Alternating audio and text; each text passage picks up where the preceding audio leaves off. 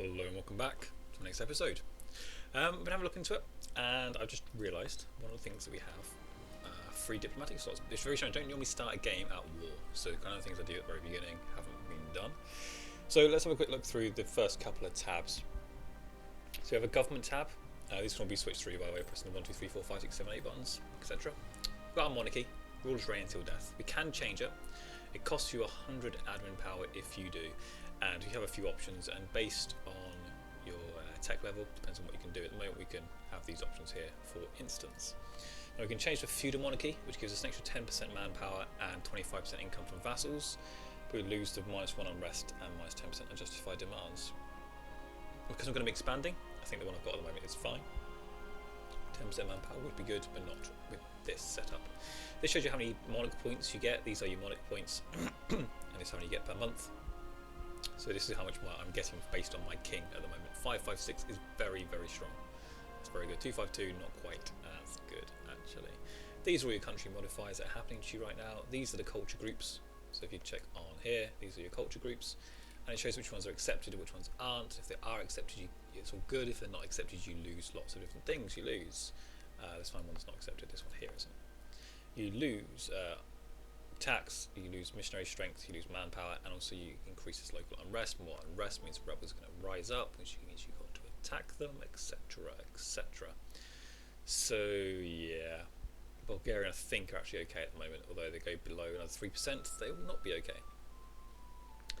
These are your advisors. You get different types of advisors. They give you different bonuses: unrest reduction, inflation reduction, morale of navies, spy offence, etc, etc, and they'll go to increase +1, +1, +1.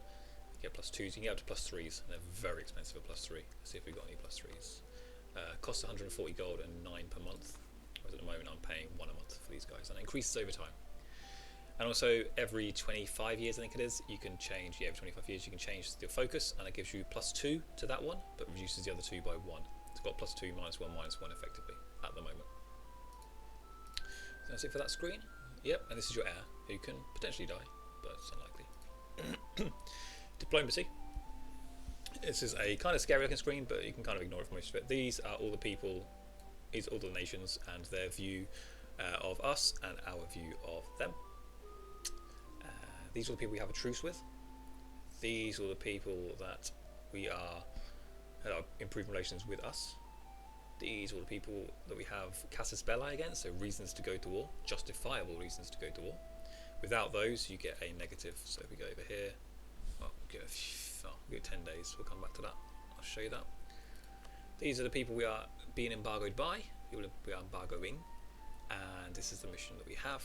And you can see that for the same as other people. So I know Poland has a mission. Their mission. They had a mission. It's gone. No, they've got a mission. Strange. I think that should be showing, and it's not.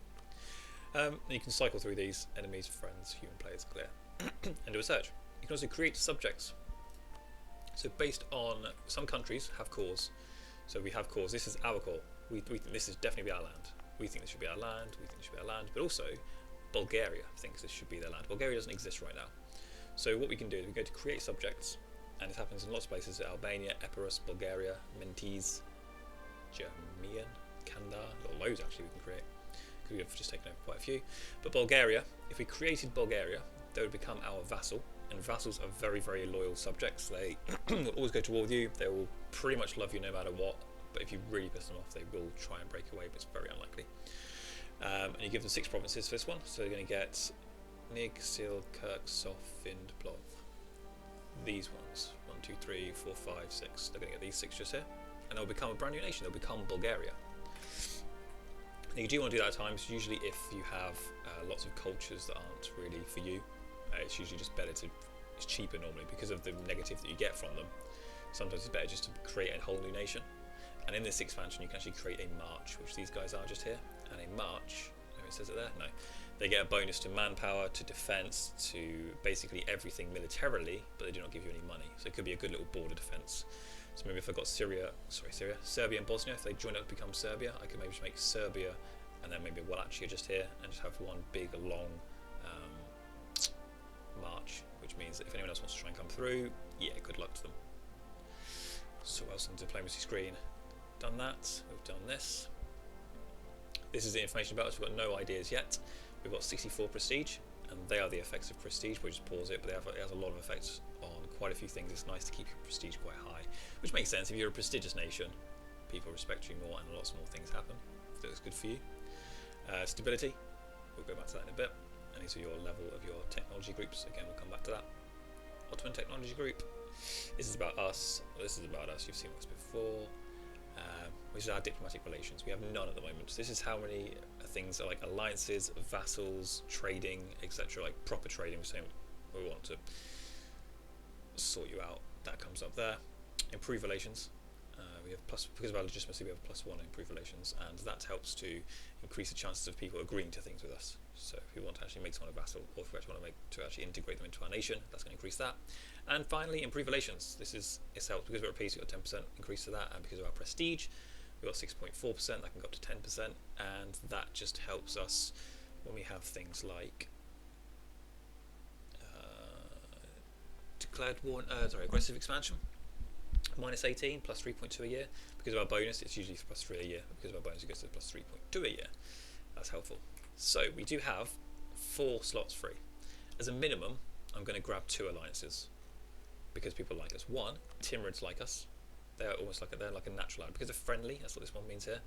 They consider us a natural ally. You have other ones who are threatened.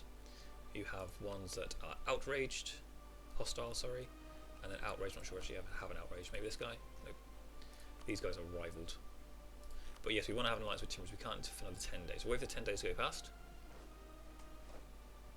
AQ, and that's Trebizond as a rival. Ooh, one other thing we can do, because we're not going to be at war just straight away, we're going to reduce our maintenance. And because of that, we reduce our the morale of our armies by 1.5 to, let's make it -2. But it does reduce the cost of them, which is good. And another thing we can do is we can grab these guys and we can also mothball them, which again, it reduces the maintenance slider for this particular set of people to 0, but then does reduce the morale of them, and they have to recover that afterwards. But because of that, which is a brand new thing to this one, I'm going to build a couple of heavy ships. Now, these guys are a lot stronger. This is how strong they are. There's their hull size. This is how much firepower they've got, and this is their speed. Now the other one's the galleys. They get double bonus. They get 16 attack, and then they've got 24 attack. Sorry, inland. So what I'm going to do is actually build a couple of early carriers. They're quite expensive for what they are for the numbers, and we're going to get a negative because we're going over our limit. But I think it's going to be worth it because we can actually mothball them, which will save us quite a bit of money. So I'm going to go ahead and do that. I'm going to build. Don't want to do that. Or should I build galleys instead? I'm going to build 4 of these bad boys. They are expensive. They are very expensive, but I think it'll be worth it. Oh, we've actually gained a little bit of force limit as well, which is good. So let them come back, wait for our diplomats to come back, and there they are. So, Timurids, they like us. Timurids are quite a large group. Until they break away, they're pretty good to have as an ally. They've got the most troops, not much manpower, not many reserves. But for now, I would like to offer them alliance. They should accept that soon. And the other people around here that actually like us, I've gone around and looked to myself. There's not many people that like us, to be fair. Pheasant and Tunis both like us. So we could have Pheasant or Tunis. Pheasant are allied with Mamluks, unfortunately. Tunis are allied with Granada. Still will try and take Granada sooner rather than later. Morocco actually attacking here. Tunis are all these guys. They're actually at war with Pheasant. Okay, so I personally, because I do not want to, when I go to war with Mamluks, what I'm going to do, I'm going to pull down the Levant. They're going to bring Pheasant in, so we may as well just ally with Tunis instead. Offer an alliance here. 2 alliances out of 4 is a good start to have. They've accepted, and because of that, because we're in the same religion group, they will probably send to us sooner rather than later a little request for us to be allies. We're going to send some troops over to the west, mainly to keep the rebellion risk down a little bit. And also because we are at peace, the autonomy level will go down by 0.1 per month. Another thing that's going down each month is war exhaustion. Whilst we're actually at war, war exhaustion does go up. And what it does there, it's the main issues is it increases time to build things, and it also reduces the manpower recovery speed. And I thought it doesn't. I thought it reduced our effectiveness at fighting, but it doesn't, which is quite good. So I'm going to spend 60 to 75 diplo power just to bring that down. It's only down by 0.1 per month. So 1.2 a year. It's going to take 5 years for that to come down. And I want to build some ships. So I'm thinking I'd rather spend the points just at the moment. Yeah, I don't need those that much. Boom. One thing I do like to have in the bank as well is one boost to stability. Not with 42% religious unity though. Damn. That is not nice.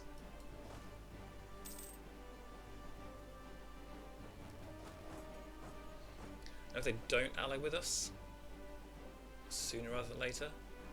So I'm going to supply limits as I've got mouse over 18 there, I should do. And it's just an ally request? Nope. There we go. We'll send one ourselves. Now, what happens means if we have an alliance and we break the alliance, it just reduces our relations with them. Fair enough. If we have a royal marriage and we break that, we actually lose stability. So that really kind of cements the two together. And right now, I'm happy to cement relations with Timurids because I'm only pushing to here. I'd like to take out as much as this and up north. But then again, I would want to break it. I'm thinking probably sooner rather than later. One thing I want to go north to try and slow down Muscovy. Boink. Yeah, I guess I want to push up this way, and push this way, and push that away, up to Tunis.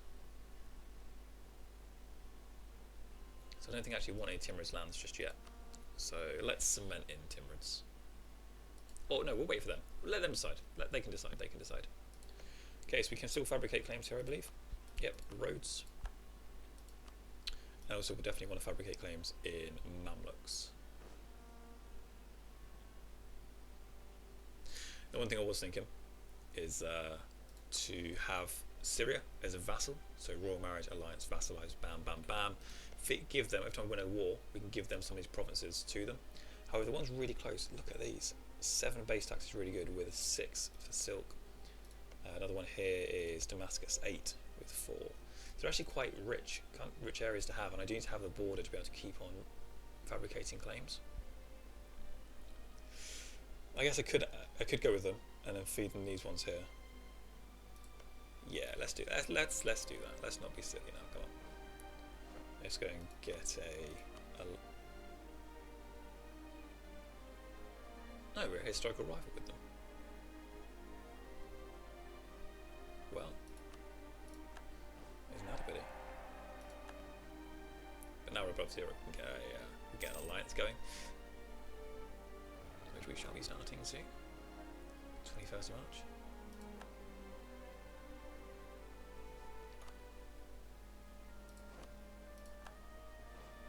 And we're at 179. We need to get 190 to be able to vassalize. We need to have a military alliance, and we have to have relations of 190, and there must be a peace. So we need to send back another one on 23rd of April. Send one back. We just need to get to 190. Shouldn't take very long at all. Enclaves of infidels. We're a small enclave of infidels living right across amongst us in Eridine, who stubbornly refuse all attempts to convert them to the one true faith. They support themselves as merchants and peddlers and have thus far been a boon to the community, but now several local religious leaders have called for their swift expulsion from the city and the confiscation of their assets. I'll suffer no infidels in Eridine. Gain piety, lose money, or leave them be, lose piety and gain money. For us, money's not an issue. We want piety because it's going to take another, well, this, for instance, 83 months. If you get this, all of a sudden it's now still 83 months. No. Only 28 months. Plink. 50. That's taken off a good, what, was that 30%? 40%? At least 40%. That's good, that's very good. It speeds it up a lot. We do want to gain some piety where possible. What else has it given us? Morale and fort defense, both of which are a bit useless right now, but fair play. Monetarily, we're at plus 18.7, we're doing very good. Look to this area, look to this area, look to this area. Last one, let's have a quick look at this one. Basically, it's quite simple. It shows you income, different reasons for it. This is how efficient we are, mainly from technology. This will increase. These are our expenses. We can move the sliders as appropriate. We can reduce inflation over time. We get more loans, inflation will go up. We can reduce it down by spending 75 admin power. This is our war exhaustion and the effects it has. This is our base tax and how many provinces we own. We can raise war taxes whilst at war, which decreases the cost of our land and naval forces. We can repay loans should we need to and take out a loan. every time you take out a loan, it does increase your interest. Sorry, yeah, inflation by 0.1. Sweden's and Austria's new rival. Ooh, good. I mean, Sweden have already broken free. That's very early for them. So at the start of the game, Denmark leads a personal union over Norway and Sweden, and I think Holstein. Or was it just a vassal for Holstein? Sweden seems to have broken away already. They usually ally with Scotland in the voting order very early on. Wowzers. Scotland and Sweden alone. Or maybe they pieced out Novgorod as well. Good job, Sweden. Ooh, Austro-Hungarian war's going on. So you see the wars here, you mouse over this and it'll tell you what it is. So Austria defending against Teutonic Order in Teutonic conquest of Hinterpommern, which is Pomerania up here. So Teutonic Order are currently attacking Pomerania, and then because they're part of the Holy Roman Empire, which is loads of map modes here, loads of map modes. This is one we're after. The green is the Holy Roman Empire, and that's from hundreds of years earlier. It was formed by basically East Franca, and Austria is currently leading that. It's kind of like a collection of states. They kind of defend each other a bit, but they can also go to war with each other. But if people from the outside try to attack them, generally Austria or the leader will join them. So that's what happened there. Teutonic Order gone toward Pomerania. Austria have joined in, brought their allies in. Teutonic Order allied Hungary. It does mean Hungary should start losing their troops rather quickly, because Austria are much better than Hungary. Hungary, only 8,000 troops left, so we could probably even go to war with Hungary if were so inclined. We're not, but we could. We get 3 per month, so next month tick by. Crap, one must have gone down as well. We'll just speed this up. In fact, what we could do is put him back and send him again.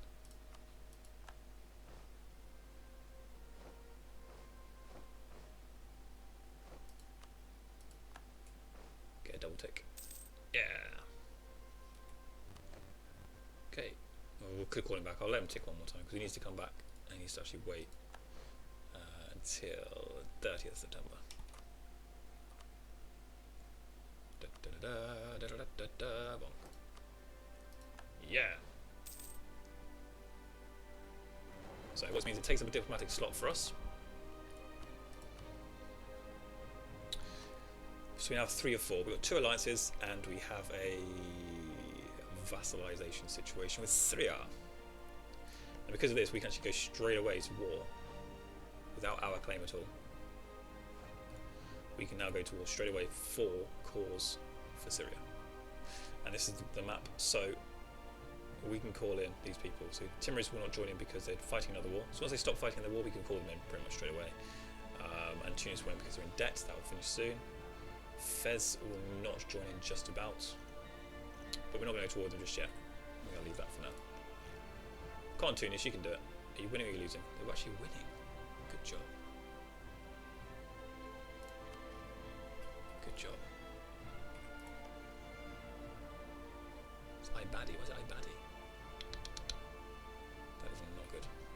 So we should probably improve relations with our... I don't improve relations yet. I want to go to war. To the war, damn it. To war. If I declared here, who would join in? Burgundy, since when?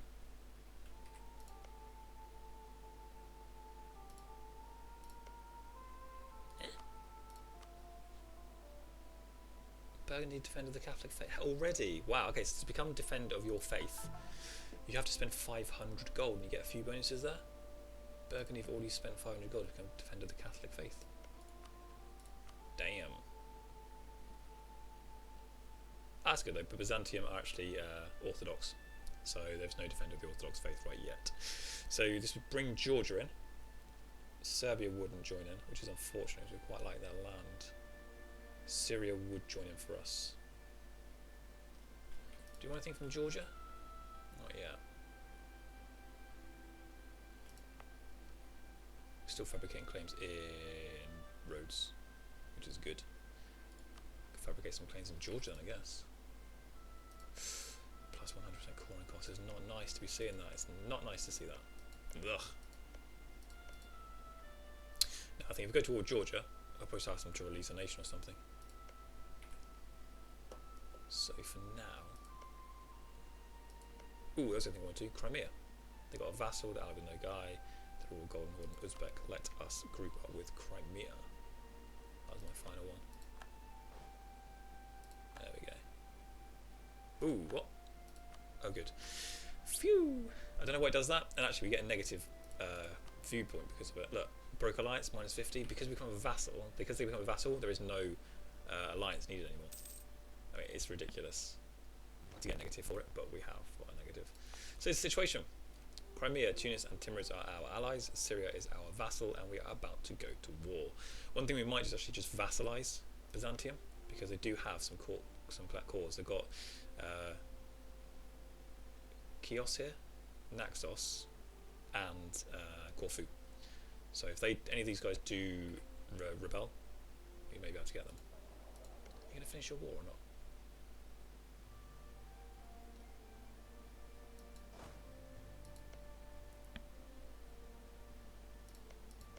Why are you not winning?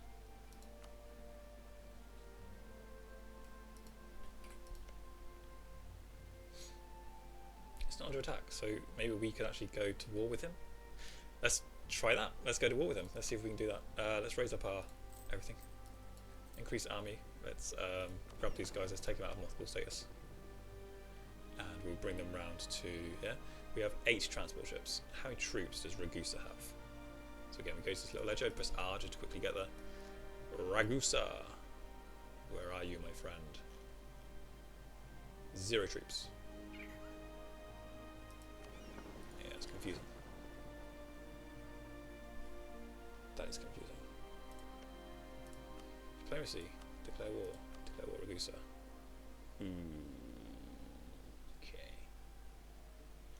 It's because Burgundy will join in.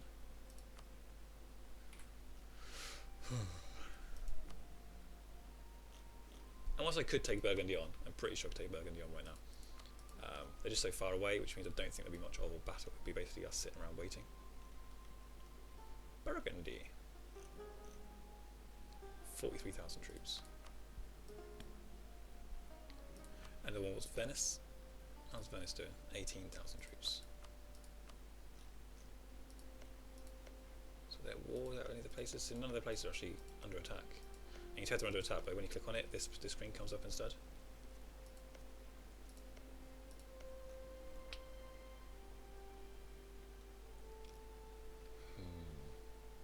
Bring them over and see what happens.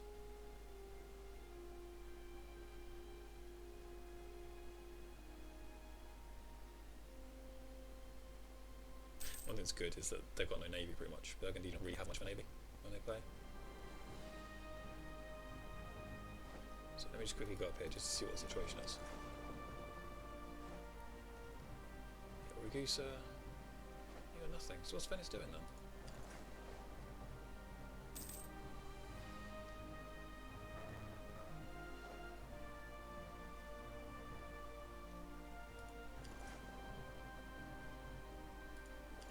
They'd land, yeah, they're going to come in now. Damn it. And they've run straight back out again. What are they doing? Good harvest. 1450 was considered a particularly good year for Ottomans due to good harvests generated high income than ever before. To gain money or gain admin power. For me, money's never really going to be an issue for a long time, so I'd rather have the admin power. Burgundy, who are you at war with? War with England and Portugal. So you're not getting any troops over here. So, yeah, let's go to war. What we'll do is get this request from Timurids. We accept that straight up. So it gives us increased legitimacy. We actually lower legitimacy by 5, but we then per year get another 0.2, improve relations 0.2%, and increased chance of new heir, which doesn't really matter to us. If we reject it, it's not a good idea. So we'll jump over there. And if Venice aren't coming back, which they're not, we shall now declare war. Burgundy will join in. That is fine. Increase 25 piety. And take our troops and jump them in. That'll take quite a while to get there. However, if you look at religious now, it's going to go very fast. Very fast. We're doing good there. In fact, if we save enough money up, we could probably get this as well. I'm going to show you the next episode, but we can now invest in new technology. So I'll see you then for that. Bye bye.